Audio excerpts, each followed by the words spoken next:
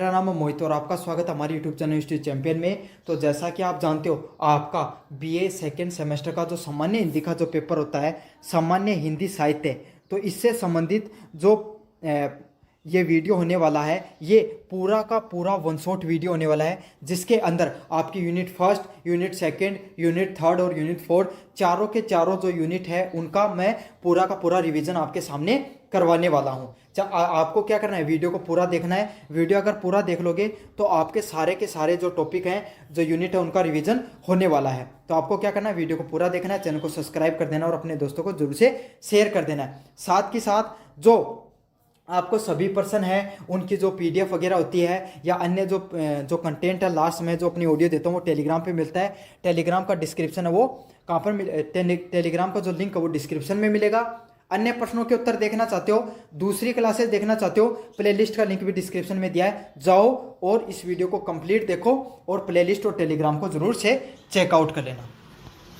तो मेरा नाम है मोहित और आपका स्वागत है हमारे यूट्यूब चैनल हिस्ट्री चैंपियन में। तो जैसा कि आप जानते हो, आपका बीए सेकंड सेमेस्टर का जो सामान्य हिंदी का पेपर होने वाला है, सामान्य हिंदी साहित्य, उससे संबंधित महत्वपूर्ण प्रश्नों की मैं पूरी सीरीज करा रहा हूँ। उसका अगला प्रश्न है, मीरा भक्ति भावना पर प्रकाश डालिए। तो मीरा की जो भक्ति भावना है वो किस तरीके से आपको उभर कर आती है, इस पर आपको क्या करना है, आपको इस पर प्रकाश डालना है। तो ये प्रश्न काफ़ी ज़्यादा मोस्ट इंपॉर्टेंट होने वाला आपके लिए।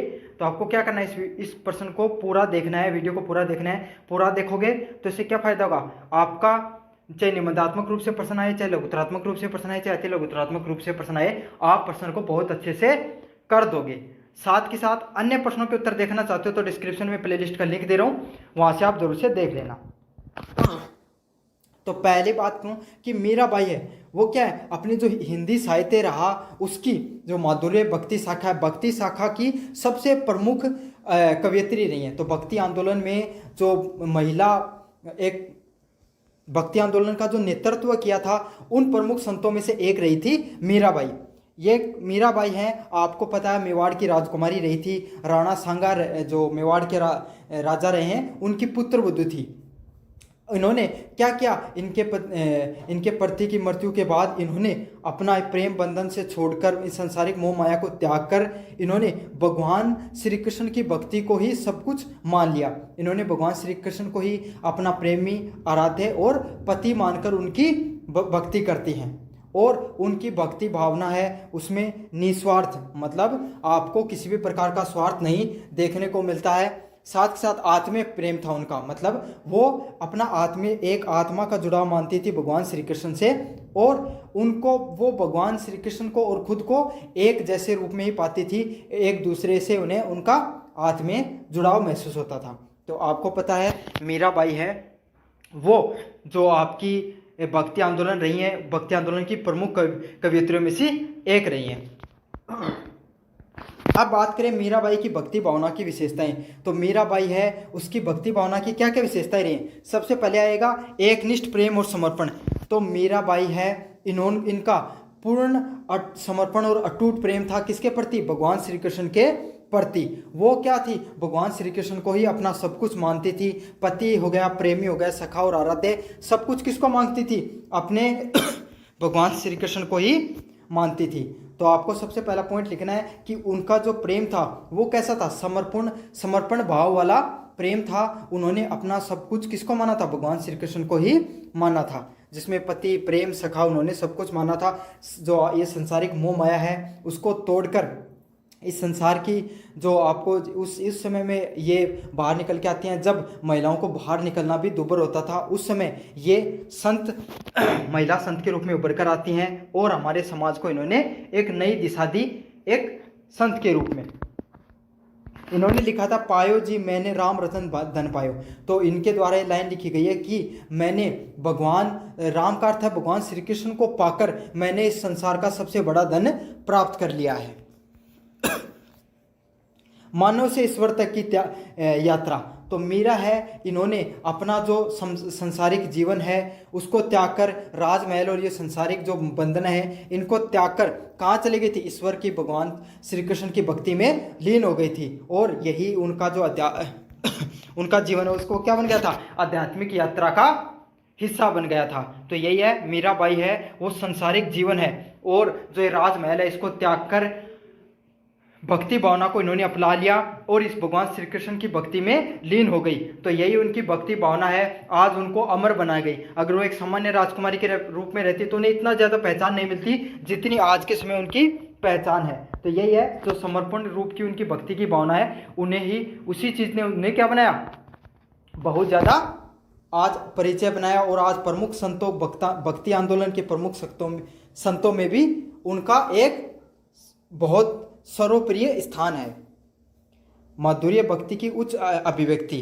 तो जो मीराबाई है उनके जो माधुर्य भाव था, माधुर्य मतलब प्रेम भाव की जो भक्ति थी, उसमें उनका प्रेमी और प्रेमिका का संबंध प्रतीक होता है। तो भाई वो भगवान श्री कृष्ण को अपना प्रेमी मानती थी और खुद को प्रेमिका। तो इस रूप में उन्होंने भक्ति को दर्शाया है अपना। और भगवान और ईश्वर और संत के भक्त के बीच में इन्होंने किस तरीके के रिश्ते को, एक पवित्र रिश्ते को दर्शाया है। अगले वाला पॉइंट है प्रेम में आत्म विसर्जन। तो मीराबाई ने भगवान कृष्ण से प्रेम करती हुई अपने अस्तित्व को विसर्जन कर दिया। मतलब भगवान श्री कृष्ण से उन्होंने इतना प्रेम किया, इतनी भक्ति की कि खुद का सारा आत्मसमर्पण है, अपने जो आत्मा है उनको भगवान श्री कृष्ण में उन्होंने विलीन कर दी। और खुद का जो अस्तित्व था उसको भी उन्होंने क्या कर दिया, नष्ट कर दिया। उन्होंने बहुत सी कष्ट झेलने पड़े संत बनने के मार्ग में, लेकिन सारे कष्टों को वो झेलती हुई क्या की, आगे बढ़ती रही इस प्रेम मार्ग के अंदर। तो इन्होंने लिखा, मीरा के प्रभु गिरधर नागर वह और न कोई। तो उन्होंने कहा कि मीरा ने कहा कि मेरे प्रभु, मेरे तो भगवान कौन है, भगवान श्री कृष्ण ही है, उसके अलावा मेरा तो इस संसार में और कोई नहीं है। अगले वाला प्रश्न है सामाजिक विरोध के बावजूद भक्ति में अडिग। तो मीराबाई ने सामाजिक रूढ़ियों और सामाजिकता को त्याग कर परिवार के विरोध और जो राजकीय प्रताड़ना के बावजूद इन्होंने किसको चुना, भक्ति मार्ग को इन्होंने चुना। तो आपको पता है भाई उस समय महिलाओं को घर से बाहर ही नहीं जाने दिया जाता था। संत बनना तो बहुत दूभर की बात थी। और दूसरी बात ये क्या कहाँ से आती थी, ये एक राजकुमारी थी, एक राजकुल से आती थी। वहाँ पर तो जो महिलाएं हैं उनके लिए और भी ज़्यादा क्या था, ये सब चीज़ें करनी वर्जित हुआ करती थी। लेकिन वो इन सब चीज़ों को त्याग कर, राजपाट को त्याग कर, सामाजिक बंधन है इन सब को त्याग कर इन्होंने क्या किया, भगवान श्री कृष्ण को चुना और भगवान की भक्ति को चुना इन्होंने। तो सामाजिक विरोध के बावजूद भी इन्होंने अपनी भक्ति को क्या रखा, अडिग रूप में रखा। अगले वाला प्रश्न है भक्ति में आध्यात्मिक शुद्धता।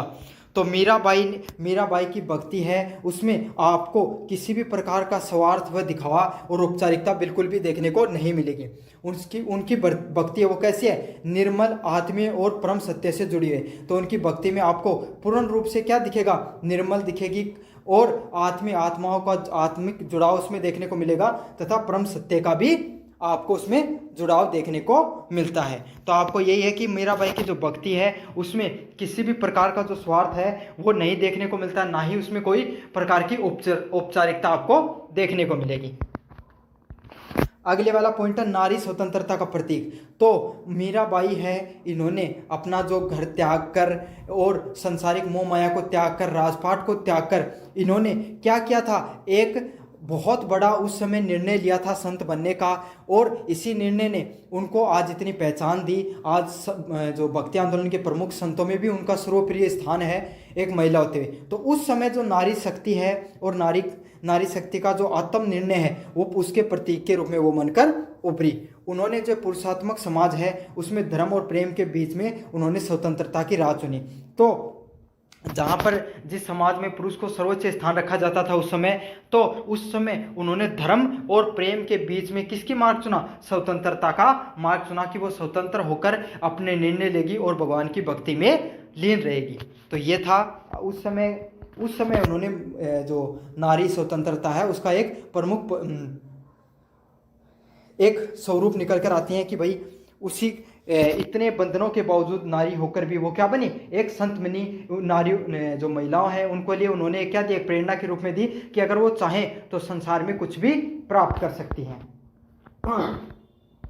निष्कर्ष की बात करें तो मीराबाई की जो भक्ति भावना है उसमें केवल भगवान ईश्वर की भक्ति नहीं थी, बल्कि प्रेम, समर्पण और साहस व आत्मनिर्णय की प्रतीक थी। तो मीराबाई की जो भक्ति है उसमें केवल आपको प्रेम भक्ति नहीं देखने को मिलेगी, बल्कि जो भगवान है उसके प्रति आपको प्रेम, समर्पण और साहस भी साथ के साथ देखने को मिलता है।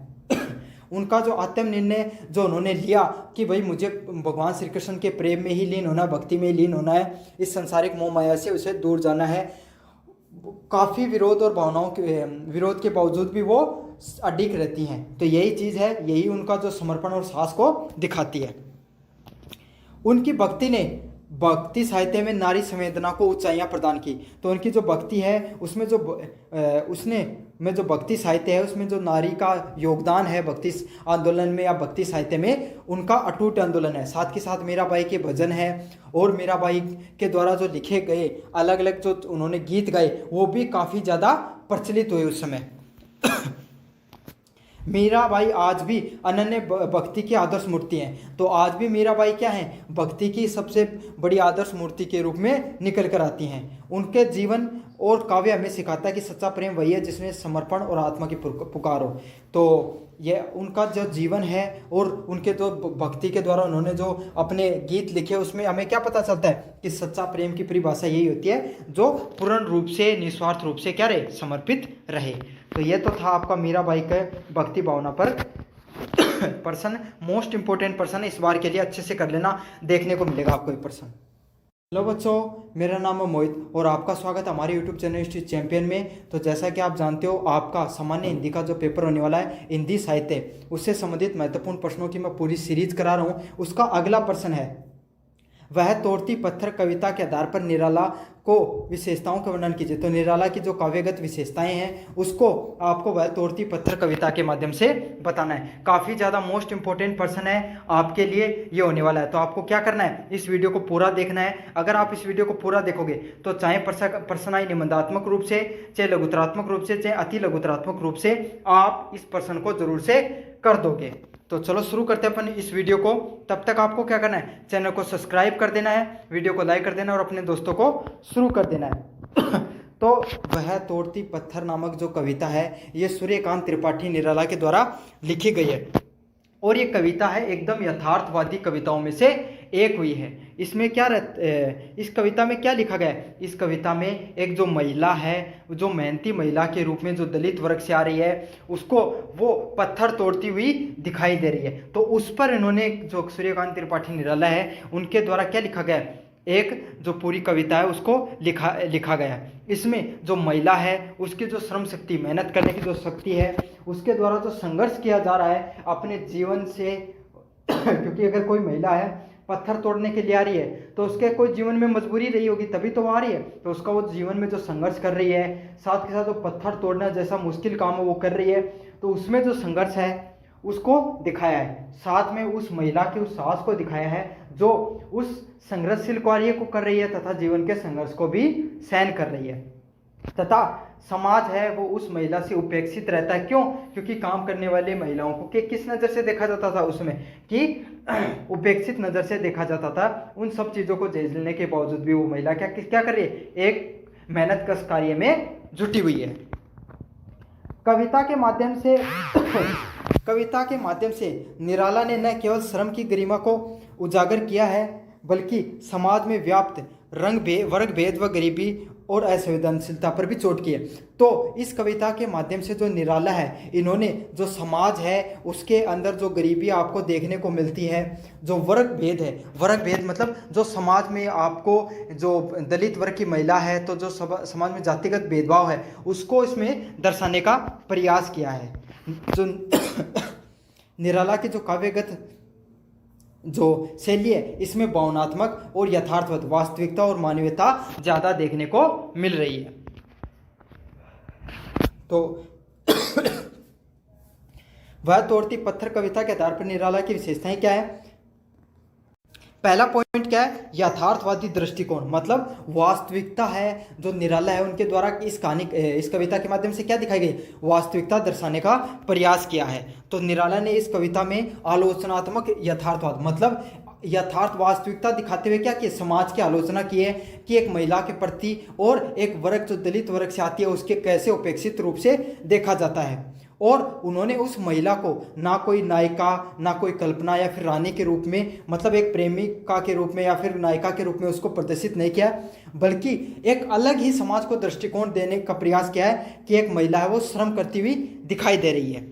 और ये जो दृष्टि है जिसमें महिला को एक नया स्वरूप दिया गया है, जो वास्तविकता में महिलाएं कार्य करने के लिए जाती हैं, उसको समर्पित एक कविता, उस रूप ने, उस जो कविता है, इस कविता ने जो हिंदी साहित्य है उसको एक नया दृष्टिकोण दिया है कि हम एक नया तरीके से भी महिलाओं की वास्तविकताओं को दर्शा सकते हैं, बल्कि महिलाओं को हम सिर्फ नायिका के रूप में ही दर्शाना जरूरी नहीं है।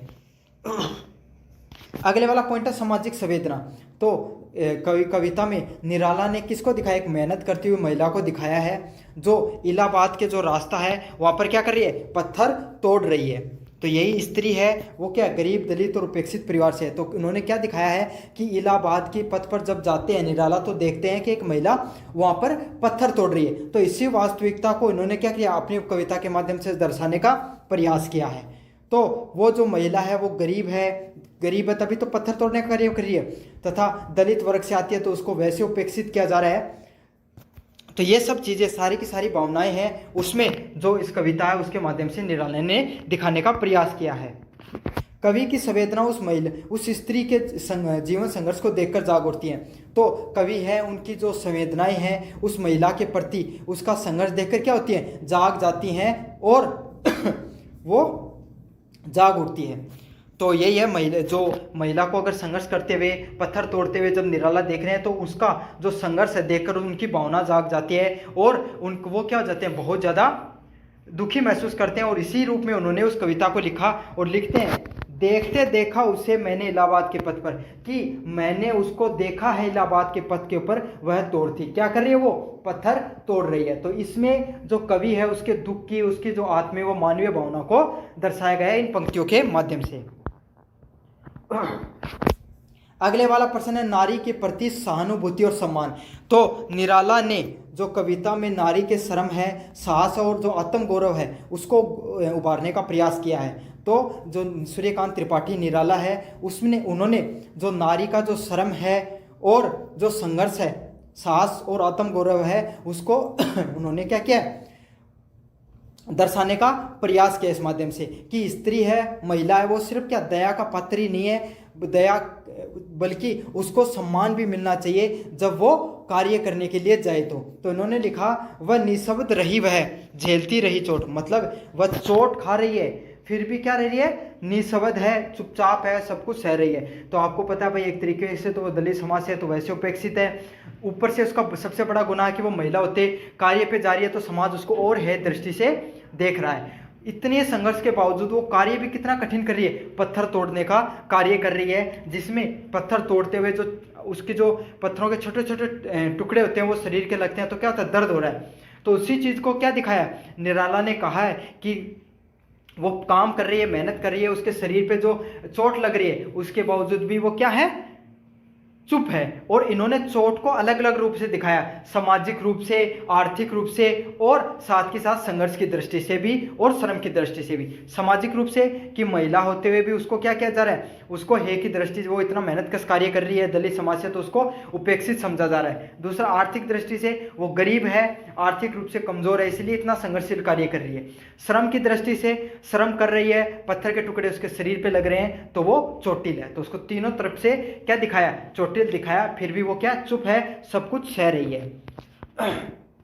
अगला क्या है, पाषाण पर पाषाण है, मतलब वो एकदम पत्थर की तरह मजबूत दिखाई दे रही है, सब कुछ चोट खाते हुए भी चुपचाप है। श्रम की गरिमा का चित्रण। तो निराला है, इन्होंने जो इस कविता में क्या दिखाने का प्रयास किया है कि जो श्रम है, मेहनत है, वही इस जो कविता उसका विषय भी बनाया है कि सामाजिक प्रतिबद्धता, समाज में श्रम का महत्व जरूरी है, और जो महिला है उसका जो कार्य करना, बाहर जाकर कार्य करने को भी एक उन्होंने नई काव्य दृष्टि के रूप में दिखाया है। अगले वाला पॉइंट है भावुकता और करुणा।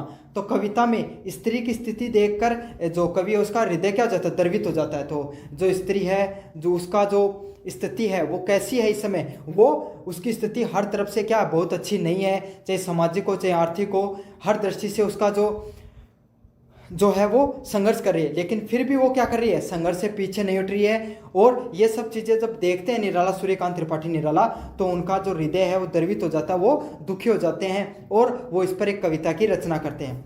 निराला ने मानवीय दृष्टि और भावुकता से पंक्तियाँ इस पंक्ति में झलकती हैं। तो जो निराला है उनकी जो मानवीय दृष्टि है और जो भावुकता है, जो अंदर से वो भावनात्मक रूप से फील कर रहे हैं, वो सब चीज़ें क्या है इस कविता की पंक्ति में आपको अंदर से दिखाई देती हैं। अगले वाला प्रश्न है, काव्य में चित्रात्मक और प्रभावशीलता। तो निराला की भाषा है वो कैसी है, उसमें आपको चित्रात्मकता देखने को मिलेगी। मतलब आप जैसे जब इस कविता को पढ़ोगे तो आपके दिमाग में चित्र बनने अपने आप शुरू हो जाएंगे कि वो कैसे महिला, उसका कैसा संघर्ष रहा होगा, कैसे वो पत्थर तोड़ रही होगी, वो सब चीज़ें आपके दिमाग में अंदर से बननी शुरू हो जाएंगी।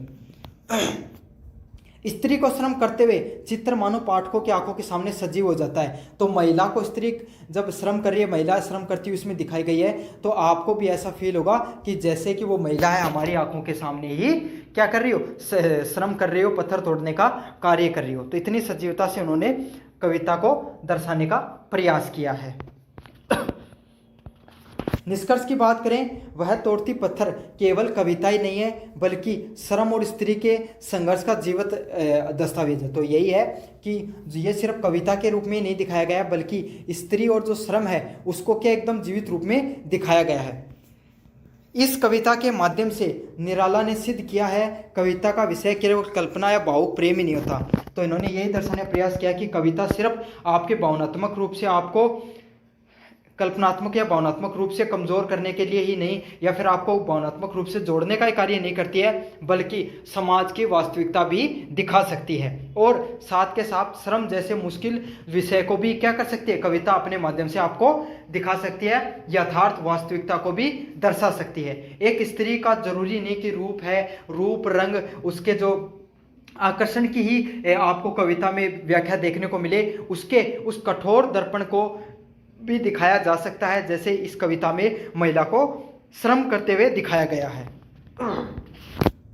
इस कविता के आधार पर हम ये कह सकते हैं कि निराला एक जन कवि है। मतलब इस जो ये कविता इसके माध्यम में से क्या कह सकते हैं कि निराला एक जन कवि है। मतलब हमारे आसपास के जो समाज में जो चीज़ें घट रही हैं उसके ऊपर इन्होंने क्या करते हैं, जनता के आसपास रहने वाले कवि हैं। यथार्थवादी है, मतलब वास्तविकता के जीवन में विश्वास रखने वाले कवि हैं।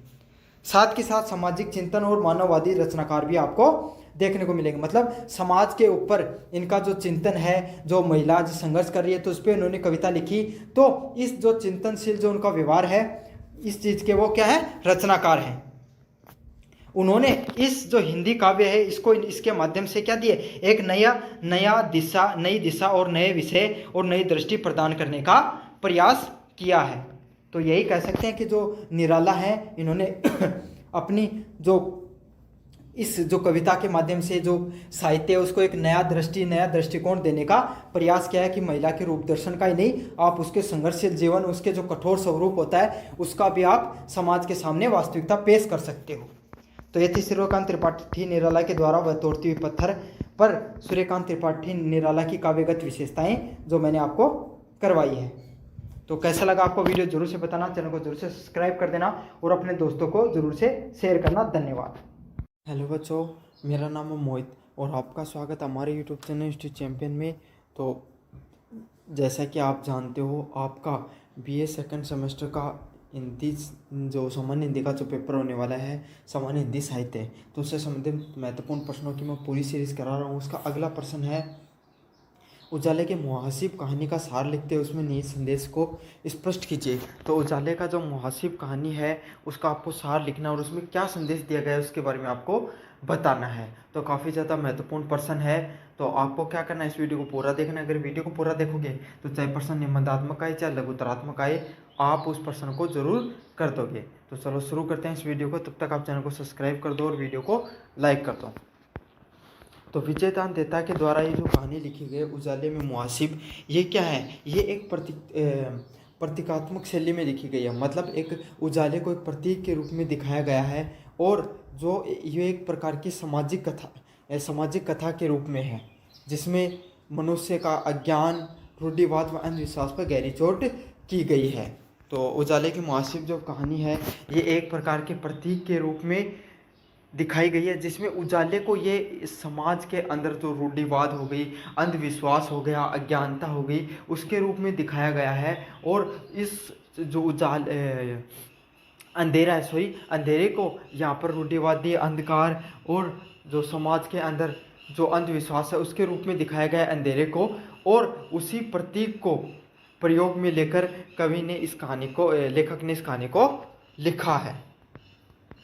होता क्या है इस कहानी में, एक व्यक्ति है वो पूरे जीवन किस में रहता है, पूरे जीवन है वो अंधेरे में रहता है, मतलब अज्ञान और भ्रम में रहता है। उसे इस समाज ने ये बता दिया है कि अगर अंधेरा है ना वही इंसान के लिए अच्छा होता है, उजाले से क्या होगा, अगर वो उजाले में चला जाएगा तो उजाले से उसको खतरा है। और वो व्यक्ति इन सब चीज़ को, मतलब इस बात को, समाज की इस बात को आंख मूंद कर मान लेता है और जीवन भर किस में रहता है, वो जीवन भर अंधेरे के अंदर ही रहता है। लेकिन एक दिन क्या होता है, गलती से उसे उजाला दिखाई देता है, उजाले में चला जाता है, तो क्या होता है, तब उसको वास्तविकता का ज्ञान होता है कि वास्तविकता तो यही थी कि वास्तविकता की उसे खतरा उजाले के बावजूद किससे था, उजाले से नहीं होकर किससे था, अंधेरे से उसको खतरा था। तो यही है, हमारे समाज के द्वारा हमें वास्तविकताओं को छिपाकर काफ़ी बार क्या बता दी जाती हैं, सामाजिक रूढ़ियाँ, सामाजिक अंधविश्वास, सामाजिक असमानता का हम समान शिकार हो जाते हैं, और हम उन सब बातों को क्या कर लेते हैं, आँख मूंद कर मान लेते हैं जो समाज ने हमें बताई गई हैं। लेकिन हम मानते हैं कि वही चीज़ जो समाज ने हमें बताई है वो एकदम सत्य हैं, उन्हीं सब चीज़ों में वही चीज़ें सही हैं। लेकिन वास्तविकता क्या होती है, वास्तविकता इससे एकदम परी होती है। जैसे कि पहले बता दिया जाता था कि महिलाएं हैं वो काफ़ी काम कार्य नहीं कर सकती हैं पुरुषों के बराबर, लेकिन क्या ऐसा आज है, महिलाएं आज पुरुषों के बराबर कार्य भी कर रही हैं और हर चीज़ क्षेत्र में आगे भी दिखाई देती हैं। तो यही है, जो समाज के द्वारा जो बातें बताई गई हैं, समाज में जो रूढ़ियाँ हैं, जो अंधविश्वास हैं, उन सब चीज़ों को आँख मूंद कर जो लोग मान लेते हैं, जो लोग उन्हें फॉलो करते हैं, उन सब चीज़ों पर अंधेरे के रूप में एक प्रतीकात्मक क्या किया है, उपहास करने का प्रयास किया है विजयदान देथा ने।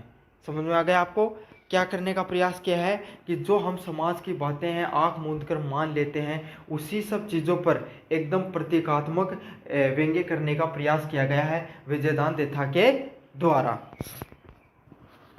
ये कहानी है हमारे अंतर्मन की यात्रा को दर्शाती है, मतलब ये कहानी है, ये हमारे जो अंतर्मन है उसकी यात्रा को दर्शाती है। जब वह अंधकार को नहीं उजाले के मुआसिब का साथी बन जाता है, तो ये हमारे अंतर्मन की दिखाती है कि जब व्यक्ति को सच्चाई पता चलती है तो वो इस अंधकार से मुक्ति पाकर किसका साथी बनना चाहता है, वो उजाले का साथी बनना चाहता है। तो ये हमें, जब इंसान को वास्तविकता का एहसास होता है और जब वो सामाजिक अंधविश्वास रूढ़ियों से बाहर निकलता है, तो उसे लगता है कि जो समाज ने हमें बताया है वो वास्तविकता नहीं थी, वास्तविकता तो कुछ और थी, और वो उसी का साथी बनना चाहता है। अब इसमें बात करें निहित जो क्या क्या संदेश था इस कहानी में। पहला था अंधकार प्रतीक है अज्ञान, अंधविश्वास और सामाजिक शोषण का। तो यहाँ पर जो अज्ञान का जो प्रतीक लिया गया विजयदान देथा ने, वो क्या है, वो अज्ञान, अंधविश्वास और सामाजिक शोषण का क्या है, एक प्रतीक के रूप में कार्य करता है, जिसमें व्यक्ति को दबाकर रखा गया और वह सच्चाई से दूर रहे। तो यहाँ पर जो विजयदान देथा के द्वारा जो अंधकार का जो प्रतीक दिखाया गया है, इसमें ये एक प्रतीक है अंधविश्वास का और सामाजिक शोषण का, जिसमें किसी भी व्यक्ति को दबाकर रखा जाता है ताकि वो क्या रहे, हमेशा उन सामाजिक रूढ़ियों से, सामाजिक जो उत्पीड़न है उससे हमेशा दबा रहे। तो जैसा कि जो समाज में जो दलित वर्ग होता था उसको कहा जाता था कि तुम मंदिर में नहीं जा सकते, तुम ये कार्य नहीं कर सकते, तुम वो नहीं कर सकते, उनका उपहास उड़ाया जाता था, ताकि ये सब क्यों चीज़ें की जाती थी, ताकि उनको हमेशा दबाकर रखा जा सके। तो यही चीज़ें हैं कि कोई भी व्यक्ति है उसमें जो अंधकार किस चीज़ का प्रतीक होता है, अज्ञान का, अंधविश्वास और सामाजिक शोषण का प्रतीक होता है।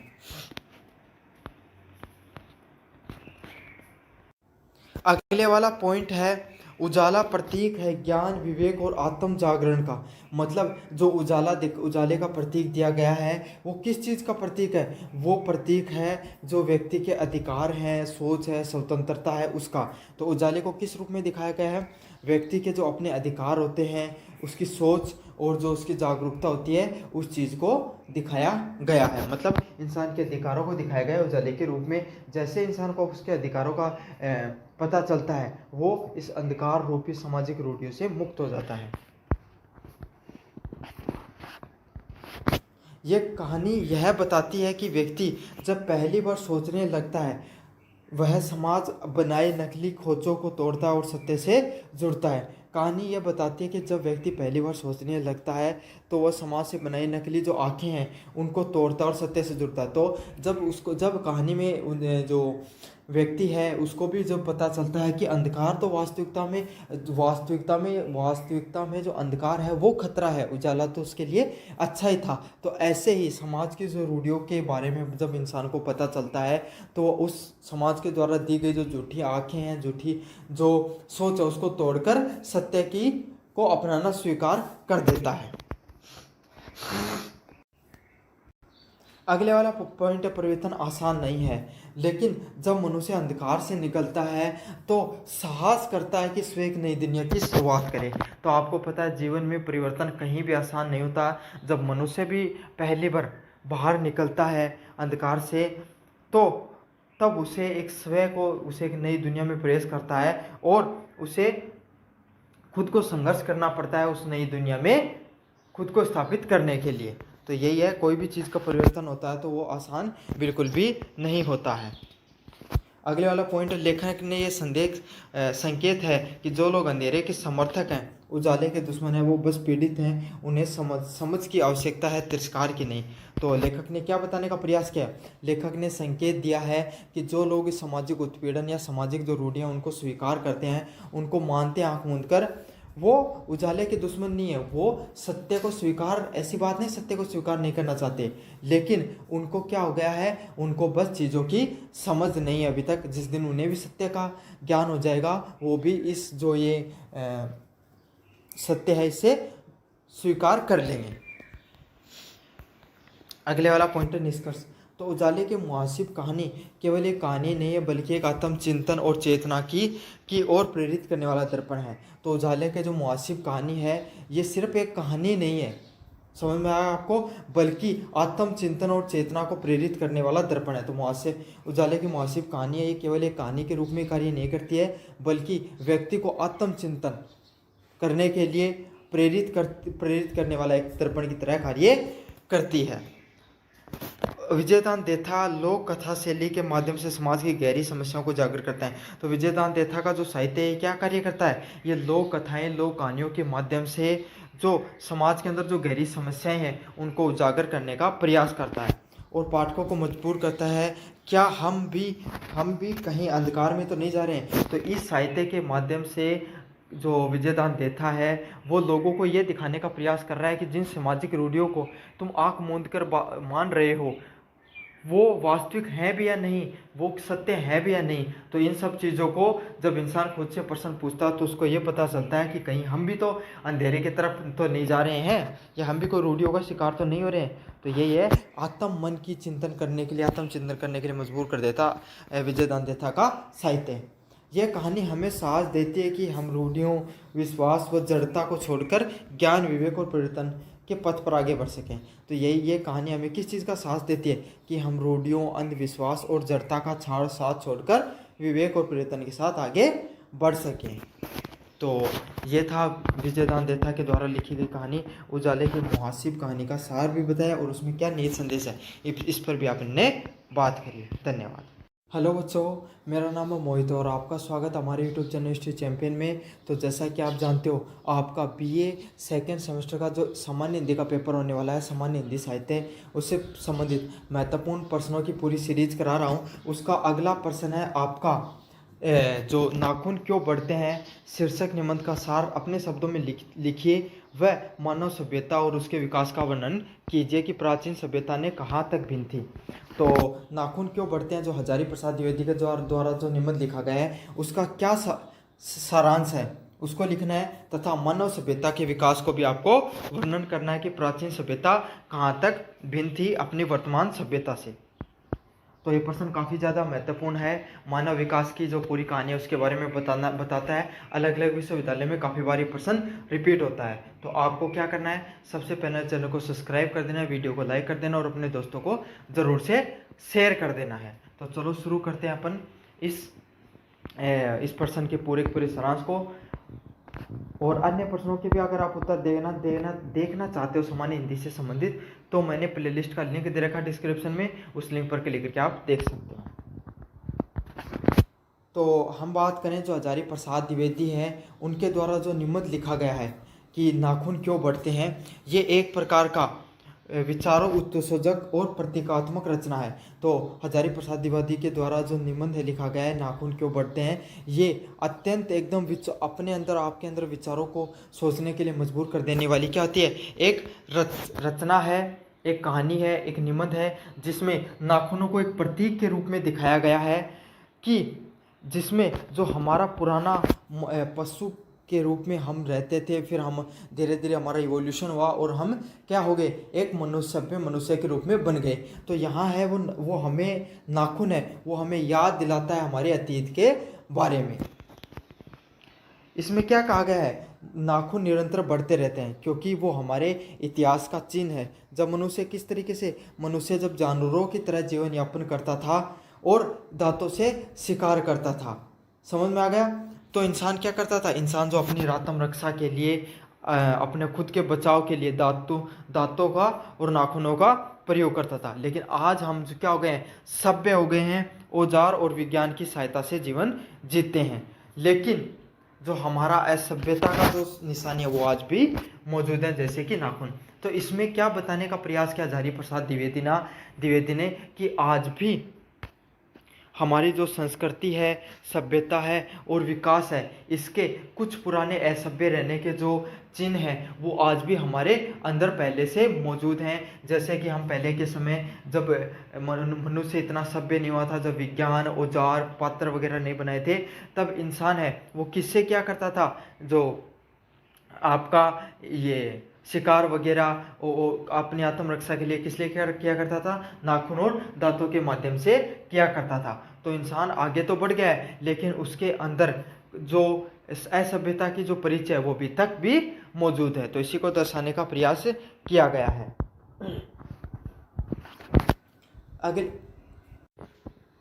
अगले वाला प्रश्न है मानव सभ्यता और उसका विकास।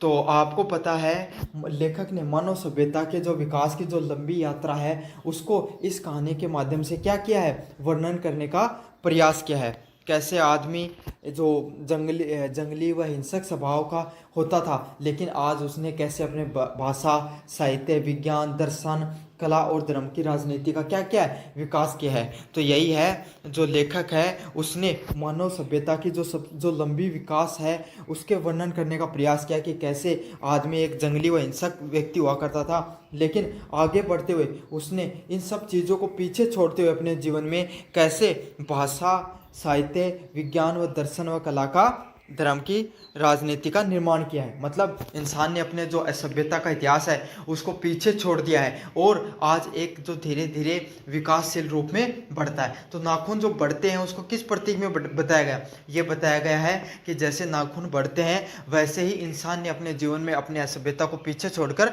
आगे बढ़ता चला गया है। अगले वाला पॉइंट है आदिम युग में मनुष्य प्रकृति पर निर्भर था और उसका जीवन संघर्षपूर्ण था। तो आपको पता है पुराने समय का जो जीवन था वो कैसे था, इंसान अधिकतर प्रकृति पर निर्भर था और उसका जीवन किससे भरा हुआ था, उसका जीवन पूरा का पूरा संघर्षशील जीवन देखने को मिलता था। क्योंकि अगर प्रकृति से खाना मिल गया तो वो खा लेता था वरना नहीं खा पाता था, शिकार कर लेता था तो पेट भर लेता था वरना भूखे रह जाते थे। लेकिन आज के समय ऐसा होता है, आज के समय ऐसा बिल्कुल भी नहीं होता है। अगले वाला पॉइंट है धीरे धीरे उसने औजार बनाए, खेती की स्थायी निवास बनाई और समाज की संरचना की। तो आपको पता है जो मनुष्य है उसके द्वारा क्या किया गया, धीरे धीरे उसके द्वारा औजार बनाए गए, खेती की गई और स्थायी निवास बनाए गए और समाज की संरचना की गई। तो यही है कि मनुष्य है उसके द्वारा क्या किया गया, धीरे धीरे उसके द्वारा औजार बनाए गए, खेती की गई और स्थानीय निवासों का निर्माण किया गया और एक समाज की रचना की गई। तो जो व्यक्ति है उसने धीरे धीरे खुद को क्या किया, मनुष्य ने खुद को क्या किया, धीरे धीरे इवोल्व किया, धीरे धीरे समाज में आगे बढ़ता चला गया। उसने औजार बनाए, उसके द्वारा जो खेती बनाई गई, स्थायी निवास का निर्माण किया गया ताकि वो प्रकृति पर ज़्यादा निर्भर ना रहे।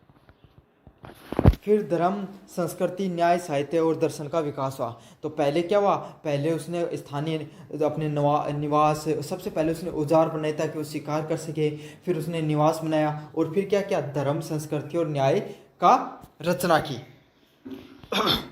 लेकिन लेखक का ये संदेश है कि आज भी कई असभ्य प्रवृत्तियां जैसे हिंसा, लालच, स्वार्थ, छल मानव व्यवहार में उभरती हैं। तो नाखून के माध्यम से कवि ने किस प्रतीक के रूप में दिखाया, ये दिखाने का प्रयास किया कि आज हम इतने सभ्य हो गए हैं लेकिन फिर भी हमारे अंदर कुछ कुरीतियाँ अभी से पहले से मौजूद हैं, जैसे कि छल हो गया, स्वार्थ हो गया, लालच हो गया। ये बुरी बलाएं हैं, ये आज भी असभ्यता का प्रतीक हैं और आज भी हमारे अंदर पहले से मौजूद हैं।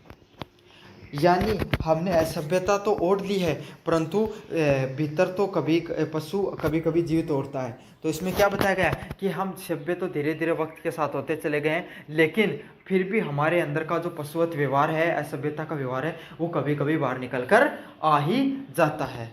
तो ये दिखाने का प्रयास किया किसके माध्यम से, नाखून जो प्रतीक है स्वरूप के रूप में। प्राचीन सभ्यता से वर्तमान में से विद्यता, तो पहले क्या था और इस समय क्या है। तो पहले क्या था, पहले के समय भौतिक संसाधनों की कमी थी। तो आपको पता है भाई, पहले प्राचीन सभ्यता में क्या था, भौतिक संसाधन इतने ज़्यादा नहीं थे। अब क्या है, वर्तमान सभ्यता में अत्यधिक तकनीकी विकास। तो इस समय क्या हो गया है, तकनीक का विकास भी बहुत ज़्यादा हो गया है। दूसरे वाला पॉइंट है, जीवन प्रकृति के अनुरूप था। तो प्रकृति में अगर अकाल हो जाता था तो इंसान भूखा रहता था, शिकार नहीं मिलता था तो भूखा रह जाता था। लेकिन अब ऐसा नहीं है, अब जीवन कृत्रिम हो गया, इंसान खुद से खाना बना सकता है, खुद के निवास बना लिया, हर चीज़ अब प्रकृति से निर्भर नहीं होकर कृत्रिम हो गई है। मानसिक शांति और सामूहिकता, तो उस समय की क्या फ़ायदा था, उस समय इंसान झुंड में रहता था और उसको एक प्रकार की मानसिक शांति थी, किसी प्रकार की ज़्यादा फिक्र नहीं थी। अब क्या है, प्रतिस्पर्धा, तनाव और अलगाव। अब क्या है, इंसान के अंदर हर समय कंपटीशन है, प्रतिस्पर्धा का भाव है, अलगाव का भाव है और तनाव का भाव देखने को मिलता है। अगले वाला पॉइंट है सीमित इच्छाएं और आवश्यकताएं। तो उस समय इंसान की जो इच्छाएं और आवश्यकताएं थी वो क्या थी, सीमित थी। लेकिन अब क्या है, अनंत लालच और उपभोग की प्रवृत्ति पैदा हो गई है कि अब लालच इंसान के अंदर धीरे धीरे और बढ़ता चला जा रहा है। लेखक ने भिन्नताओं को रेखांकित करते हुए चिंतित किया है कि सभ्यता का केवल अर्थ बाहरी विकास ही नहीं है बल्कि आंतरिक, मानसिक और नैतिक विकास भी होना चाहिए। तो इस कहानी के माध्यम से जो लेखक हैं इन्होंने क्या दिखाने का प्रयास किया है कि सभ्यता का विकास है वो केवल बाहरी नहीं कि आपने बहुत ज़्यादा पैसा कमा लिया, आप एकदम बहुत ज़्यादा एजुकेटेड हो गए, पढ़ाई कर ली, तो ये सब चीज़ें करना ही विकास नहीं होती हैं। वास्तविक विकास होता है कि आप नैतिक, आप कितने ज़्यादा नैतिक व मोरल और मानवता का विकास आपके जीवन के अंदर हुआ है। तो सबसे बड़ा विकास वही होता है जो इंसान के अंदर आंतरिक और नैतिकता का विकास अगर उसने जीवन में कभी किया हो। तो इसके अंदर मूल संदेश क्या है, नाखून क्यों बढ़ते हैं, ये एक प्रतीकात्मक प्रश्न है मनुष्य को उसके मूल व कमजोरियों और उसके पशुत्व को याद दिलाने के लिए। तो मनुष्य के अंदर उसका जो मूल और उसकी जो कमजोरियां हैं, उसको जो पशुत्व, जो उसका पुराना व्यवहार था, उसको जानने के लिए उसने क्या था, उसको याद दिलाते हैं ये सब चीज़ें। लेखक बताते हैं अगर हम अपने भीतर की हिंसक प्रवृत्तियों को न मिटाएं तो भले ही हम बाहरी रूप से कितने सभ्य दिखें, भीतर से असभ्य ही रहेंगे। तो लेखक ने यही बताया है कि अगर हम अपने अंदर की हिंसक प्रवृत्तियों को नहीं मिटाएंगे तो क्या हो जाएगा, भले ही हम बाहरी रूप से कितने भी सभ्य हो जाएं लेकिन क्या हो जाएगा, हमारे अंदर की जो प्रवृत्तियां हैं, जो अंदर की प्रवृत्तियां हैं मानसिक या जो हमारी जो नैतिकता है, उसमें हम हमेशा असभ्य ही रहने वाले हैं। सच्ची सभ्यता वही होती है जो मनुष्य को करुणा, विवेक और आत्म संयम सिखाए।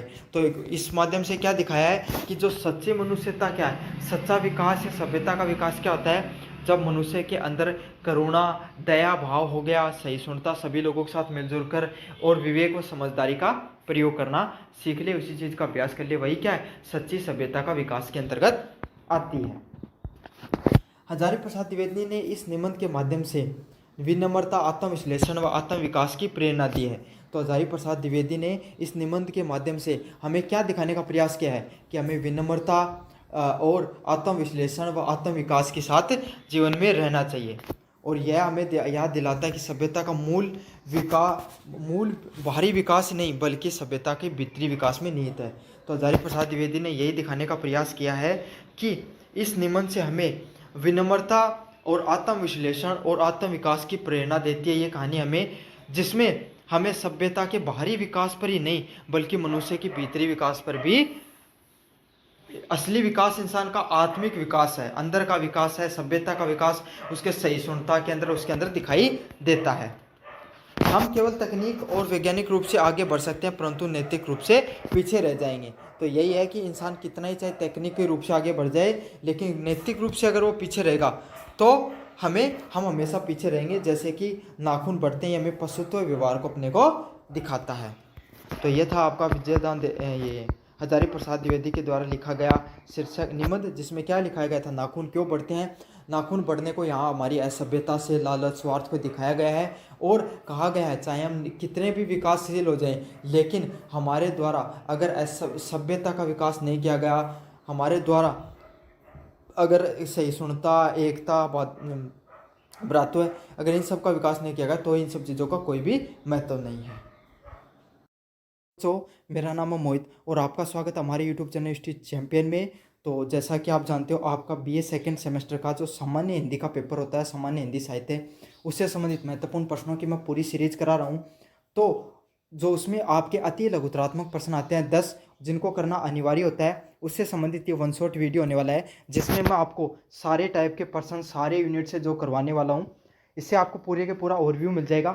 जो छोटे वाले प्रश्न होते हैं उसमें 2 टाइप के प्रश्न आते हैं। एक में तो आपको 30 से 40 शब्द लिखने होते हैं और एक प्रकार के शब्द आते हैं जो बिल्कुल ऑब्जेक्टिव आते हैं। जैसे मैं उदाहरण देके बताऊं आपको, नीचे की तरफ करा रखे हैं, जैसे लेखक का नाम हो गया, मुख्य पात्र कौन है, उसने क्या खरीदा, ऐसे वाले प्रश्न ज़्यादातर देखने को मिलते हैं। तो ये वाले प्रश्न भी मैं आपको करवाऊंगा। तो दोनों टाइप के प्रश्न इसी वीडियो में आपके कवर होने वाले हैं। तो आपको क्या करना है, वीडियो को पूरा देखना है, चैनल को जरूर से सब्सक्राइब कर देना और अपने दोस्तों को जरूर से शेयर करना है। पहले वाले प्रश्न की बात करूं, ईदगाह कहानी के लेखक कौन है। तो आपको पता है ईदगाह कहानी है, उसके लेखक कौन है, मुंशी प्रेमचंद है। और इन्होंने क्या किया है, इस कहानी के माध्यम से एक बालक है हमीद है, उसके क्या जो मेले में जाकर क्या खिलौना खरीदना चाहता है, उसके माध्यम से, हमीद के माध्यम से संवेदनशीलता और बुजुर्गों के प्रति प्रेम को दर्शाने का प्रयास किया गया है। तो ईदगाह जो कहानी है इसके लेखक का नाम क्या, मुंशी प्रेमचंद है। और उनका उस जो कहानी है उसका मुख्य पात्र कौन है, हमीद है। इस कहानी के माध्यम से उन्होंने क्या दर्शाने का प्रयास किया है कि जो बुजुर्गों के प्रति हमारा जो सम्मान है, प्रेम भाव है, उसको दिखाने का उन्होंने प्रयास किया है। अगले वाले प्रश्न की बात करें, ईदगाह के प्रमुख पात्र कौन है। तो इस कहानी के प्रमुख पात्र कौन होता है, एक हमीद नामक एक गरीब बच्चा होता है। वो क्या होता है, इस कहानी का प्रमुख पात्र होता है, जो ईद के मेले में खिलौने खरीदने के बजाय अपनी दादी के लिए चिमटा खरीदता है। तो जो ईदगाह नामक कहानी है जो प्रेमचंद के द्वारा लिखी गई है, इसमें क्या होता है कि हमीद नामक जो एक बच्चा है उसको एक मुख्य पात्र बनाया गया है। वो ईद का जो मेला होता है उसके अंदर क्या मेले में चीज़ खरीदने जाता, तो उसके दोस्त है वो अलग अलग चीज़ें खरीदते हैं। लेकिन जब उसको पता चलता है, उसकी दादी है, उसकी जो माँ है, वो जब सुबह सुबह उसके लिए खाना बनाती है तो हर रोज़ उसका हाथ जल जाता है। तो वो खिलौने खरीदने के बजाय उसके लिए क्या खरीदता है, चिमटा खरीदता है, ताकि वो उसके हाथ नहीं जले और जो उसको किसी प्रकार की पीड़ा नहीं हो। तो यही है इस जो कहानी है, इसके माध्यम से जो प्रेमचंद ने क्या दिखाने का प्रयास किया है, जो हमारा मानवीय जो रिश्तों के प्रति प्रेम है, साथ ही साथ जो मानवीय मूल्य और हमारा बुजुर्गों के प्रति, अपने माता पिता के प्रति जो सम्मान होता है, उसको दिखाने का प्रयास किया है इस कहानी के माध्यम से। 3 नंबर प्रश्न की बात है, हमीद मेले से क्या खरीद कर लाता और क्यों। तो मैंने पहले बता दिया, हमीद है वो मेले से क्या खरीद कर लाता है, चिमटा खरीद कर लाता है। क्योंकि जब उसकी जो दादी है वो रोटियां बनाती थी, तो रोटियां बनाते समय उसका क्या हो जाता, हाथ जल जाता था। तो यही है, वो अपने स्वार्थ के बजाय अपनी दादी की चिंता करती है। तो छोटा बच्चा है, आपको पता है उसका मन है, मचलता है कि भाई वो खिलौने ले ले, उसके दोस्त भी सभी खिलौने ले रहे हैं, लेकिन वो खिलौना खरीदने के बजाय क्या खरीदता है, चिमटा खरीदता है, ताकि उसकी माता, उसकी जो दादी है, वो खाना बनाते समय जो उसके हाथ जल जाते थे वो आगे से उसके कभी भी हाथ नहीं जलेंगे। तो इसमें बस यही जो मार्मिक दर्शन कराने का प्रयास किया है प्रेमचंद के द्वारा। अगले वाला प्रश्न है, उजाले के मुहासिब का प्रतीक क्या है? तो उजाला इस प्रतीक, जो ये कहानी उजाले के मुहासिब जो विजयदान देथा के द्वारा लिखी गई है, इसमें किस बारे में बताया गया है? तो इस कहानी में ज्ञान, विवेक व आत्मा बोध का प्रतीक देखने को मिलता है।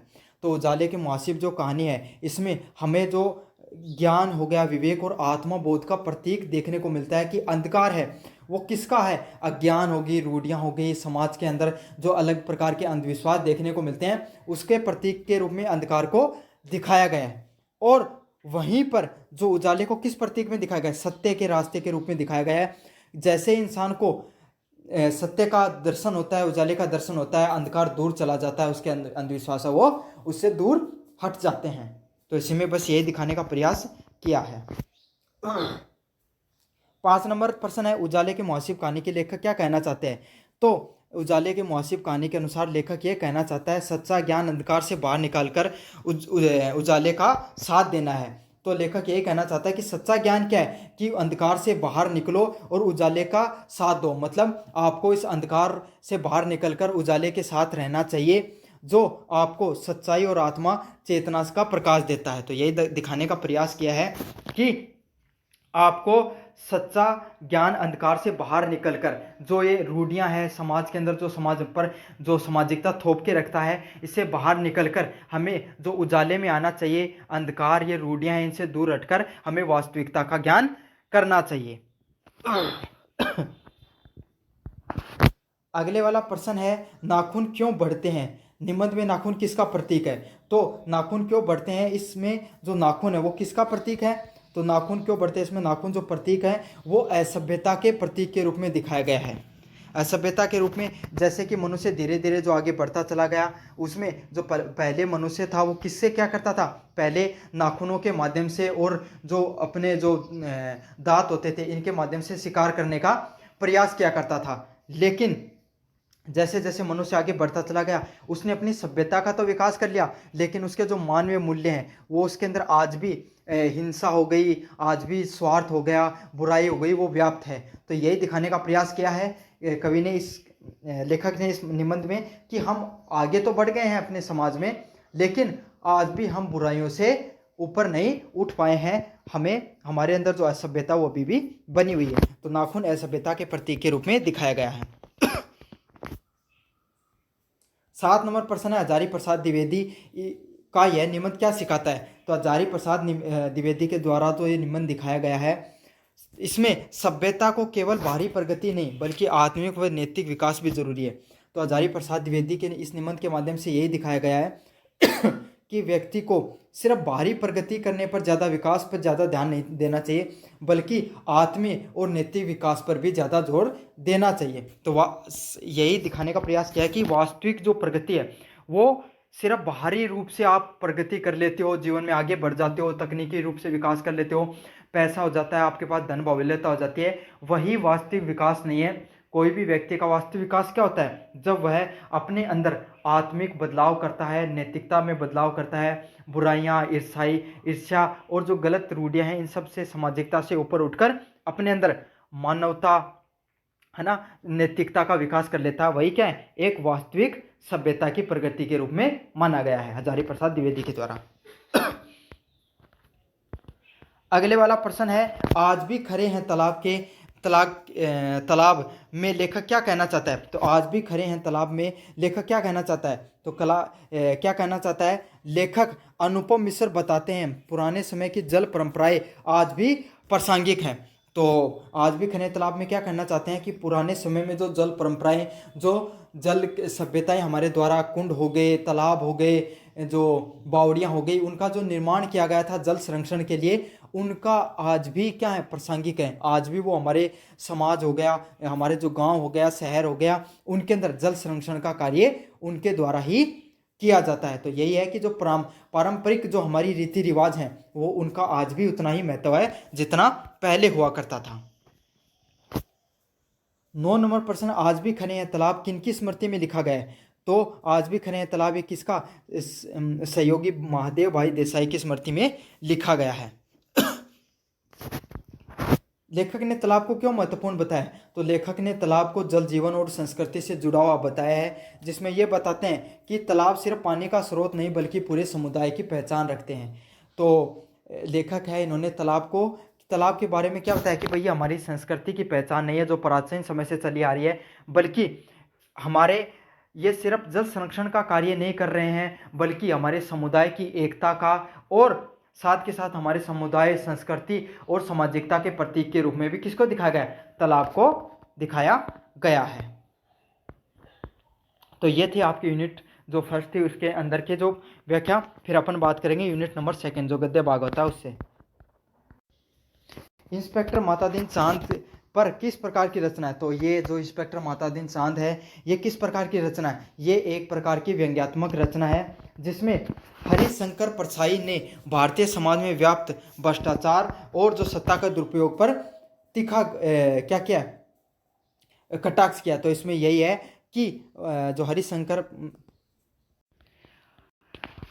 परछाई ने क्या दिखाया है? आपको पता है कि जैसे ही व्यक्ति है वो जो आपका अधिकारी बनता है या फिर जो प्रशासनिक सिस्टम में आता है तो उसके अंदर क्या हो जाता है, वो भ्रष्टाचार को पूर्ण रूप से उसमें व्याप्त हो जाता है, जातिवाद हो गए और सत्ता का दुरुपयोग करने लग जाता है। जैसे इंसान के पास सत्ता आती है वो उसका दुरुपयोग करने लग जाता है। जब तक सत्ता उसके हाथों में नहीं होती है तब तक वो उसके जो भ्रष्टाचार हो गया, विरोध हो, जो समाज में व्याप्त जो बुराइयां हैं प्रशासनिक स्तर पर उनकी क्या करता है, बुराइयां करता है। लेकिन जब भी वो उसके अंदर आता है, अधिकारी बनता है, तो खुद उन सब बुराइयों में लिप्त हो जाता है। अगले वाला है, हरिशंकर परछाई ने इस रचना में क्या दिखाया है? तो इन्होंने दिखाया है कि चाहे इंस्पेक्टर मातादीन चांद पर भी क्यों न चला जाए वह भारतीय मानसिकता और भ्रष्ट व्यवस्था को ही वहीं ले जाता है। तो इसमें हरिशंकर परछाई ने क्या दिखाया है कि मातादीन चाहे चांद पर ही क्यों न चला जाए वह भारतीय मानसिकता जो भ्रष्ट व्यवस्था है उससे ऊपर कभी भी नहीं उठ सकता है। शरद के साथ बिताया कुछ समय, तो यह अमृतलाल नागर के द्वारा लिखा गया एक संस्मरण है। संस्मरण क्या होते हैं? जिसमें आपकी पुरानी स्मृतियों से संबंधित आप क्या लिखते हो, पूरा एक लेख लिखते हो, वो लिखा गया है। जिसमें उन्होंने बंगाल के प्रसिद्ध उपन्यासकार शरत चंद्र चट्टोपाध्याय के साथ बिताए गए क्षणों को जीवंत रूप से प्रस्तुत किया है। तो यहाँ पर जो शरत है, शरत के साथ बिताया गया हुआ जो समय है ये अमृतलाल नागर के द्वारा लिखा गया है। जिसमें संस्मरण है, संस्मरण क्या होता है? पुरानी स्मृतियों पर लिखा गया लेख या निबंध होता है। जिसमें यहाँ पर अमृतलाल नागर ने जो उपन्यासकार शरत चंद्र चट्टोपाध्याय के साथ जो उन्होंने समय बिताया था, अपना जीवन का अमूल्य समय बिताया था, उसको जीवित रूप से दर्शाने का प्रयास किया है। तो ये काफ़ी ज़्यादा मोस्ट इंपॉर्टेंट पर्सन है, आप अच्छे से करके चले जाना। नीलू कौन था और उसका स्वभाव कैसा था? तो नीलू है वो कौन था? नीलू है वो महादेवी वर्मा का एक पालतू कुत्ता होता है। और वो कुत्ता क्या है? अत्यंत कर्तव्यनिष्ठ है, स्वामी भक्त है और आत्मसम्मानी है। तो वह लेखक के परिवार के एक सदस्य जैसे कार्य करता है। तो नीलू कौन है? नीलू है वो महादेवी वर्मा का एक जो पालतू कुत्ता होता है और वो क्या है? एकदम स्वामी भक्त, अपनी जो महादेवी वर्मा है उसके प्रति पूर्ण रूप से क्या समर्पित रहता है, हर समय उसके साथ वक्त बिताता है। साथ के साथ वो कर्तव्यनिष्ठ भी है, मतलब हर समय अपना कर्तव्य का पालन करता रहता है, चुपचाप रहता है, ज़्यादा उछल कूद नहीं करता है, ना ही ज़्यादा चापलूसी करता है, लेकिन हर समय जो महादेवी वर्मा है उसके साथ, उसके आसपास उसकी छाया के रूप में बना रहता है। और जो महादेवी वर्मा है उसको ऐसा प्रतीत होता है कि जैसे वो उसके घर का एक प्रकार का क्या हो, सदस्य ही हो। अगले वाला प्रश्न है, नीलू की क्या विशेषता थी? तो नीलू है वो कभी भी, जो पालतू कुत्ता था महादेवी वर्मा का, वो कभी भी चापलूसी नहीं करता था, उसके आगे पीछे नहीं रहता था ज़्यादा, वो हर समय शांत रहता था। उसका व्यवहार कैसा था? एकदम शांत व संयमित व्यवहार था तथा आत्मगौरव से युक्त था, मतलब हर समय शांत रहता था। जब ज़रूरत होती थी, जब जो महादेवी वर्मा उस पर किसी प्रकार का संकट आता था तो वो उनकी रक्षा करने पर तुरंत तत्पर हो जाता था।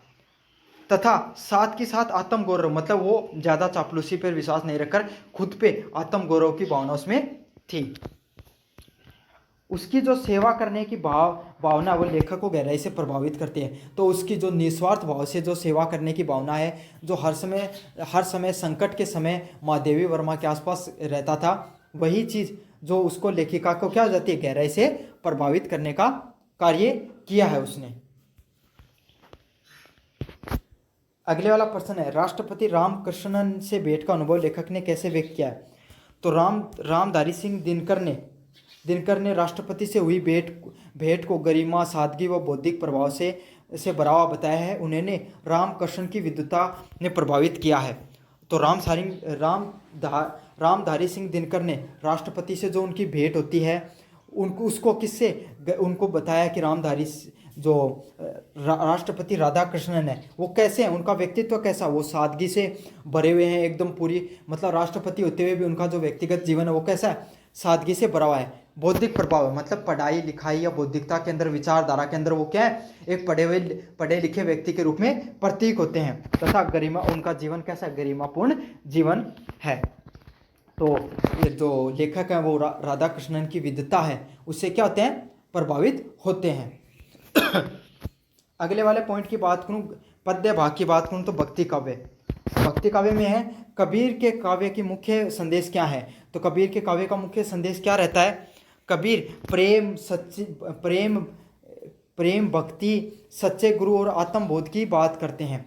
तो कबीरदास किसकी बात करते हैं, प्रेम की और सच्चे भक्ति की और सच्चे गुरु की बात करते हैं। वे आडंबर, पाखंड व ब्राह्य पूजा और विरोध का बात करते हैं। तो कबीर दास हैं, उनके द्वारा क्या दिखाया गया कि उनके द्वारा वो इस निर्गुण भक्ति धारा को मानने वाले कवि थे और उनका यही मानना था कि मूर्ति पूजा, आडंबरवाद का कोई भी मतलब नहीं है। हमें, अगर आप ईश्वर को प्राप्त करते हो तो आपको क्या करना चाहिए, प्रेम भाव को, मानवता को अपनाना चाहिए।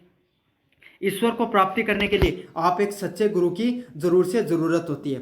तो सच्चे गुरु के माध्यम से आप क्या करते हो, आपको भक्ति व आत्मा का बोध होता है। तो यही है कबीरदास के द्वारा जो आडंबर पाखंडवाद का इन्होंने विरोध किया था और ईश्वर की प्राप्ति के लिए इन्होंने किसकी बात की थी, प्रेम, भक्ति व सच्चे गुरु की बात की थी। अगले वाला प्रश्न है, सूरदास की कविता का क्या भाव है। सूरदास ने श्री कृष्ण की बाल लीलाओं और वात्सल्य प्रेम को अत्यंत कोमलता की व भावना के साथ प्रस्तुत किया है। तो सूरदास की जो कविताएं होती हैं वो, पता आपको, सूरदास है वो भगवान श्री कृष्ण की भक्ति किया करते थे। तो भगवान श्री कृष्ण की जो बाल लीलाएं हैं, बचपन में वो किस प्रकार की क्रीडाएं किया करते थे, उससे संबंधित और वात्सल्य प्रेम को कोमलता से दर्शाने का प्रयास किया है। तो सूरदास है, उन्होंने भगवान श्री कृष्ण की बचपन की लीलाएं हो गई, उनके प्रति उनका जो वात्सल्य का प्रेम था उसको, भावना को दिखाने का प्रयास किया है अपने कविताओं के माध्यम से। अगले वाला प्रश्न, यशोदा हरि पाल ने झुलावे में कौन सा भाव है। तो इस पद में यशोदा और कृष्ण के मध्य जो वात्सल्य भाव व्यक्त होता है, जिसमें माँ बालक को झुला रही है, तो यही होती है ये पंक्तियों में क्या है, यशोदा माता है वो भगवान श्री कृष्ण को क्या कर रही है, पालने में झुला रही है, इसी को दिखाया गया है। तो इसमें क्या, वात्सल्य रूप दिखाया गया। वात्सल्य क्या होता है, प्रेम भाव है, एक माता का अपने बच्चे के प्रति जो प्रेम है, वात्सल्य है, समर्पण की भावना है, उस रूप में दिखाया गया है कृष्ण, यशोदा और माता यशोदा और भगवान श्री कृष्ण की रूप दर्शन को। अगले वाला प्रश्न है, मीरा की भक्ति कैसी थी। तो मीराबाई है, मीराबाई की भक्ति किस रूप में देखने को मिलती है। तो आपको पता है मीराबाई है वो उनकी भक्ति कैसी नहीं थी, आत्मसमर्पित, मतलब उन्होंने खुद को पूर्ण रूप से भगवान श्री कृष्ण के प्रेम में खुद को पूर्ण रूप से क्या कर दिया था, समर्पित कर दिया था। वो सब कुछ अपना तन मन धन से किसको मानती थी, भगवान श्री कृष्ण को ही मानती थी। तो यही है, तो उनकी भक्ति कैसी, एकनिष्ठ है, मतलब सिर्फ एक ही चीज़ पर विश्वास करते हैं, भगवान श्री कृष्ण पर, और खुद को उन्होंने भगवान श्री कृष्ण को समर्पित कर रखा है।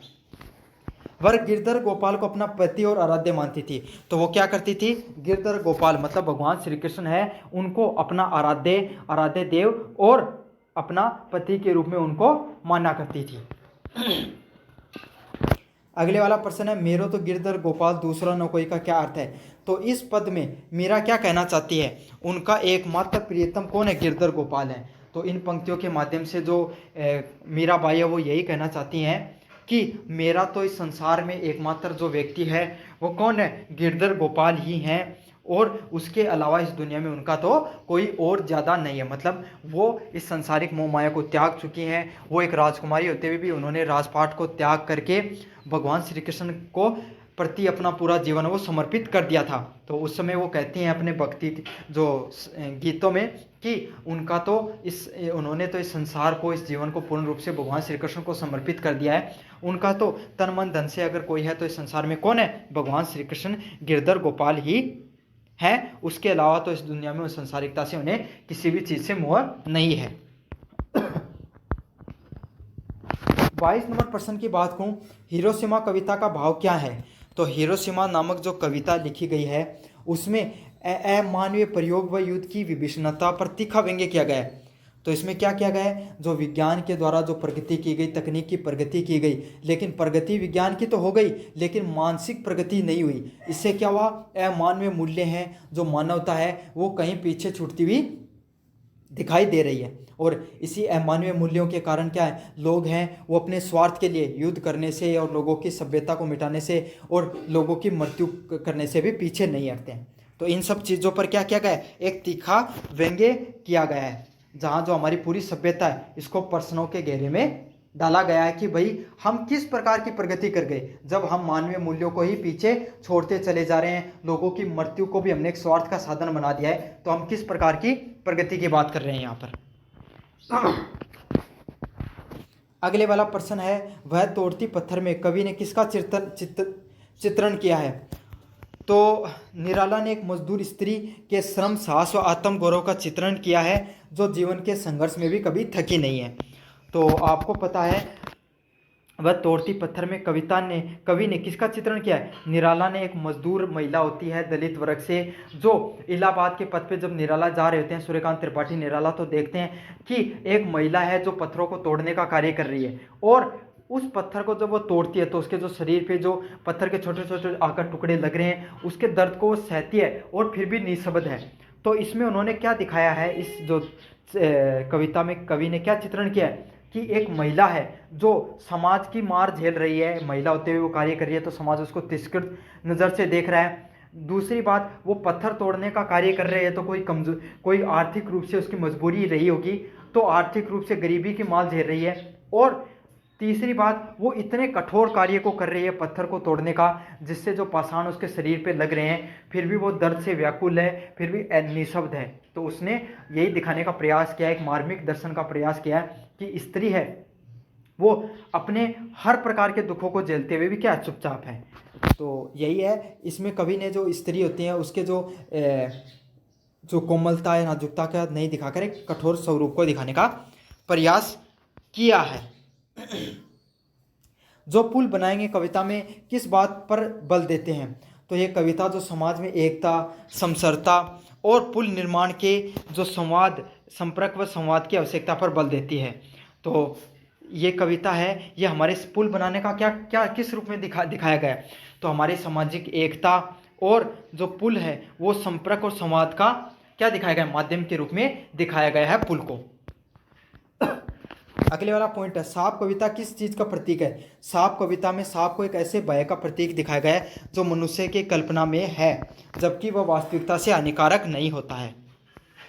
तो सांप क्या होता है, आपको पता है, आप साइंस के विद्यार्थी हो, बीए के विद्यार्थी, तो आपको इतना पता है सांप होती है, सांप की प्रजाति में 60 से 70% ऐसे सांप होते हैं जिनमें जहर नहीं होता है, लेकिन फिर भी हमारे समाज में क्या है, जैसे हम सांप देखते हैं उसको मार देते हैं। तो सांप को किस रूप में दिखाया गया है, एक ऐसे भय के प्रतीक के रूप में दिखाया गया है जिसमें वास्तविकता में हमें डरना नहीं चाहिए, भयभीत नहीं होना चाहिए, लेकिन फिर भी हम उससे भयभीत होते हैं। और ये जो भय है वो हमारी कहाँ पर है, कहीं और नहीं होकर हमारी कल्पनाओं के अंदर व्याप्त होता है।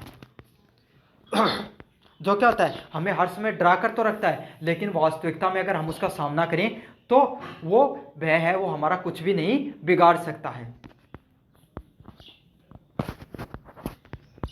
अगले वाले प्रश्न की बात करें, अकाल और उसके बाद कविता में कवि क्या दिखाता है। तो नागार्जुन ने इस कविता के माध्यम से भूख, गरीबी व शोषण से ग्रस्त समाज की दयनीय स्थिति पर मानवता की सफलता को उजागर किया है।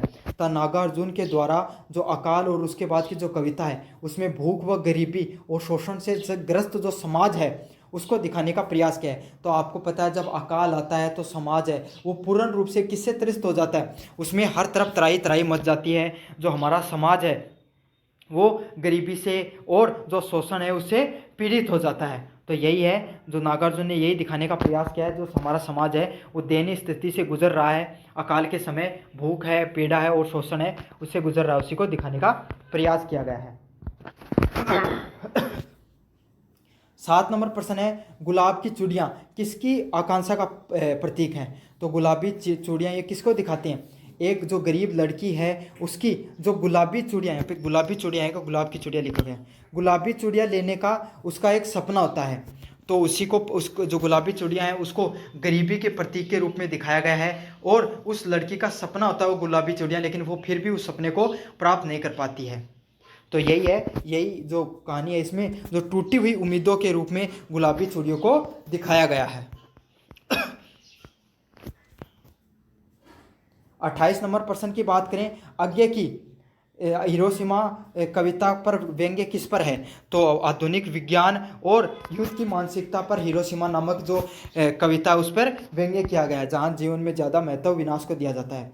तो आगे के द्वारा जो हिरोशिमा जो कविता उस पर किस पे व्यंग्य किया गया है, आधुनिक विज्ञान और युद्ध की जो मानसिकता है इस पर व्यंग्य किया गया है हिरोशिमा नामक कविता में। तो जो आपको पता है जो हिरोशिमा जो नामक कविता है इसमें क्या दिखाया गया है, जो युद्ध के समय जिस प्रकार की जो पीड़ा पहुंचती है, पूरा संपूर्ण समाज है वो ही नष्ट हो जाता है, उस चीज को दिखाने का प्रयास किया गया है। महादेवी वर्मा किस विधा की विशेष रूप से प्रसिद्ध हैं। तो महादेवी वर्मा किस विधा से संबंधित है, किस काव्य विधा से आती हैं। तो महादेवी वर्मा ने किस किस प्रकार का काव्य की रचना की है, निबंध, संस्मरण और कविता। तो महादेवी वर्मा है वो सबसे ज़्यादा प्रसिद्ध रही अपनी जो निबंध लेखन होता था उनके द्वारा, उसके लिए, तथा उनके द्वारा जो संस्मरण लिखे जाते हैं। मतलब संस्मरण क्या होते हैं, संस्मरण क्या होते हैं, कोई भी व्यक्ति की जो पुरानी स्मृतियाँ होती हैं उस पर जो कवि है वो अपने लेखन लिखता है उसको संस्मरण कहा जाता है उस पर। तथा कुछ कविताएं भी देखने को मिलती हैं महादेवी वर्मा के द्वारा। तो तीनों की तीनों विधाएं हैं, निबंध, संस्मरण और कविता, इससे संबंधित है महादेवी वर्मा। अगले वाला पॉइंट की बात करूं, नागार्जुन की कविता की विशेषता क्या है। तो नागार्जुन की कविताओं की क्या विशेषताएं हैं, वो दुख और दर्द को स्पष्ट रूप से सामने लाती हैं और व्यवस्था पर कटाक्ष करती हैं।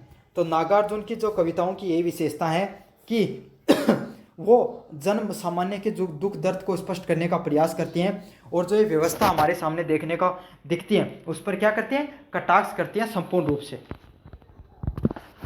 अगले वाला प्रश्न है, मीराबाई किस प्रकार की भक्ति परंपरा से संबंधित है। तो मीराबाई है वो किस भक्ति परंपरा से संबंधित है, सगुण भक्ति परंपरा से संबंधित है और वो विष्णु भक्त संत कवियत्रियों में से एक हैं। तो मीराबाई कैसी हैं, सगुण भक्ति धारा से संबंध रखती हैं और विष्णु भक्ति जो भगवान श्री कृष्ण है उसकी भक्ति से संबंधित है। तो वो भगवान विष्णु है वो श्री कृष्ण का ही रूप है, तो इसलिए उस रूप में दिखाया गया है उनको। कबीर किस प्रकार की भक्ति के समर्थक हैं। तो कबीर वो निर्गुण है। निर्गुण क्या होते हैं, जो भगवान के रूप दर्शन में विश्वास नहीं रखते हैं, मूर्ति पूजा का विरोध करते हैं, वो निर्गुण भक्ति धारा के कवि होते हैं। और उनको निर्गुण भक्ति धारा के कौन सा प्रमुख संत माना जाता है।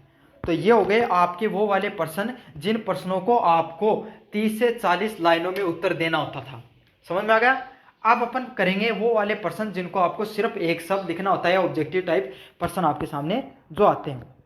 ये भी थोड़े करवाए मैंने, लेकिन आते जरूर हैं। 2 से 3 प्रश्न ऐसे आते हैं और 5 से 7 आपको 20 से 30 लाइन लिखने वाले आते हैं।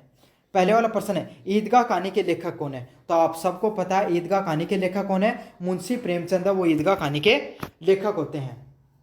अगले वाला प्रश्न है, ईदगाह कहानी के मुख्य पात्र कौन है। तो ईदगाह कहानी के मुख्य पात्र कौन है, हमीद है वो ईदगाह कहानी के मुख्य पात्र हैं। 3 नंबर प्रश्न है, हमीद ने मेले में क्या खरीदा था। तो हमीद ने मेले में क्या खरीदा था, हमीद ने मेले में चिमटा खरीदा था। 4 नंबर प्रश्न है, उजाले के मुहासिब के लेखक कौन है। तो उजाले के मुहासिब जो कहानी है उसके लेखक कौन है, विजय दान देता है वो उजाले के मुहासिब कहानी के लेखक हैं। अगले वाला प्रश्न है, उजाले का प्रतीकात्मक अर्थ क्या है?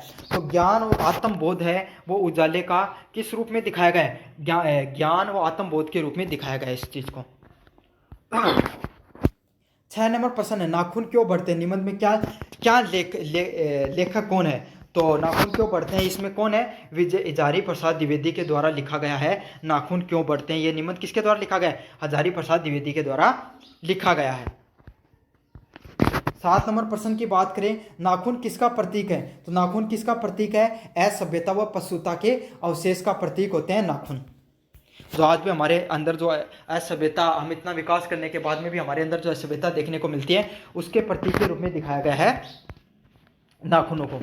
8 नंबर प्रश्न है, तालाब भी आज भी खड़े हैं तालाब किसकी रचना है? अनुपम मिश्रा की जो रचना है आज भी खड़े हैं तालाब, वो किसके? अनुपम मिश्रा की है। 9 नंबर प्रश्न है, इंस्पेक्टर मातादीन चांद पर रचना किस विधा की है? तो इंस्पेक्टर मातादीन चांद है ये व्यंग्यात्मक रचना की गई है।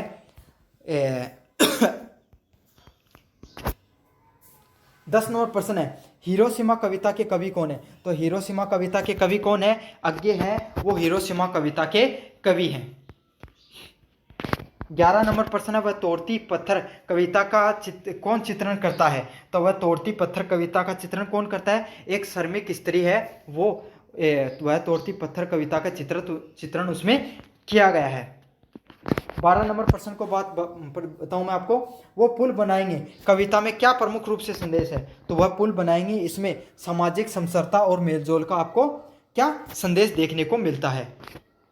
13 नंबर प्रश्न है, गुलाब की चूड़ियां कविताओं का प्रमुख भाव क्या है? तो गुलाब की चूड़ियां कविताओं उसमें प्रमुख भाव क्या होता है? गरीबी और मासूम इच्छाओं की असफलताओं को दिखाया गया है कि भाई एक लड़की है जो चूड़ियां खरीदना चाहती है लेकिन वो नहीं खरीद पाती है, तो यही दिखाया गया इसमें। सांप कविता के लेखक कौन है? तो सांप कविता किसके द्वारा लिखी गई? अज्ञे के द्वारा लिखी गई है। 15 नंबर प्रश्न, अकाल और उसके बाद कविता के रचनाकार कौन है? नागार्जुन है, वो अकाल और उसके बाद कविता के रचनाकार हैं। 16 नंबर प्रश्न है, कबीर किस प्रकार की भक्ति के कवि हैं? तो निर्गुण भक्ति धारा के कवि हैं कबीरदास। 17 नंबर प्रश्न है, मीरा का आराध्य देव कौन है? गिरधर गोपाल है, वो मीरा के आराध्य देव हैं। सूरदास किस भाव के कवि माने जाते हैं? तो वात्सल्य भाव के कवि माने जाते हैं। तो ये आपके अति लघुतरात्मक प्रश्न है, वो भी मैंने सारे के सारे आपको करवा दिए हैं। तो अभी तक आपने अगर वीडियो पूरा देखा तो चैनल को जो से सब्सक्राइब कर देना और वीडियो को लाइक कर देना। धन्यवाद।